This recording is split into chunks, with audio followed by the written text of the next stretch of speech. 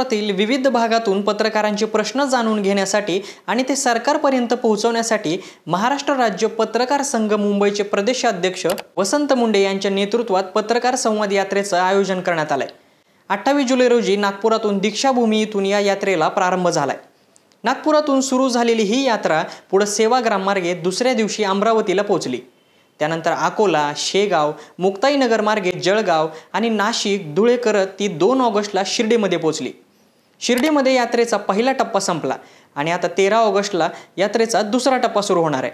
हा दुसरा टप्पा नेमका कसा असेल हेच आपण या व्हिडिओच्या माध्यमातून जाणून घेणार आहोत। नमस्कार, मी श्रीशैल स्वामी आणि तुम्ही पाहताय फॉर द पीपल न्यूज। पुढे जाण्यापूर्वी आमच्या चॅनलला सबस्क्राइब करा, लाईक व फॉलो जरूर करा। भारत दुनिया का सबसे बड़ा लोकतंत्र और एनएलसी भारत देश का सबसे बड़ा गैर राजनीतिक मंच। शक्तिशाली लोकतंत्र के लिए राहुल कराट का सार्थक कदम। मुंबई में हुआ ऐतिहासिक प्रथम राष्ट्रीय विधायक सम्मेलन।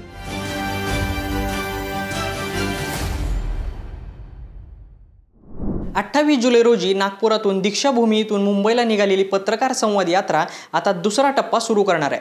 13 ऑगस्ट रोजी छत्रपती संभाजीनगरमधून यात्रेच्या दुसऱ्या टप्प्याला सुरुवात होईल। छत्रपती संभाजीनगरहून ही यात्रा जालन्याला येईल आणि तिथूनच बीडच्या दिशेने निघेल। बीडमध्ये दुसऱ्या टप्प्यातील यात्रेचा पहिला मुक्काम होईल। 14 ऑगस्ट रोजी लातूर मार्गे धाराशिवमध्ये ही यात्रा पोहोचेल आणि तिथून सोलापूर मार्गे पंढरपूरमध्ये या यात्रेचा मुक्काम असेल। 15 ऑगस्ट रोजी सांगली मार्गे कोल्हापुरात यात्रा येईल आणि तिथे यात्रेचा मुक्काम असेल। 16 ऑगस्ट रोजी कोल्हापुरातून यात्रा कराड मार्गे साताऱ्याला येईल आणि साताऱ्यात या यात्रेचा मुक्काम असेल। 17 ऑगस्ट रोजी ही यात्रा बारामतीच्या दिशेने निघेल आणि तिथंच त्या यात्रेचा मुक्काम असणार आहे। 18 ऑगस्ट रोजी ही बारामतीमधून ही यात्रा पुण्यात दाखल होईल आणि तिथंच यात्रेचा मुक्काम असेल। 19 ऑगस्ट रोजी पुण्यातून ही यात्रा पनवेलच्या दिशेने निघेल आणि तिथेच तिचा मुक्काम असेल। 20 ऑगस्ट रोजी पनवेलहून ठाण्यात यात्रा येईल आणि पुढे मुंबईच्या दिशेने जाईल।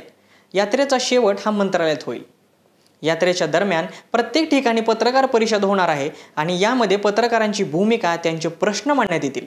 तसेच संबंधित शहरातील मान्यवरांच्या भेटीगाठी घेऊन त्यांना निवेदन देण्यात येणार आहे की या मान्यवरांनी पत्रकारांच्या प्रश्नाकडे सरकारने लक्ष द्यावं म्हणून सरकारला त्यांनी मागणी करावी अशी विनंती केली जाणार आहे। या पत्रकार संवाद यात्रेचा प्रत्येक दिवसाचा वृत्तांक फॉर द पीपल न्यूज चॅनलवर प्रसिद्ध केला जाणार आहे।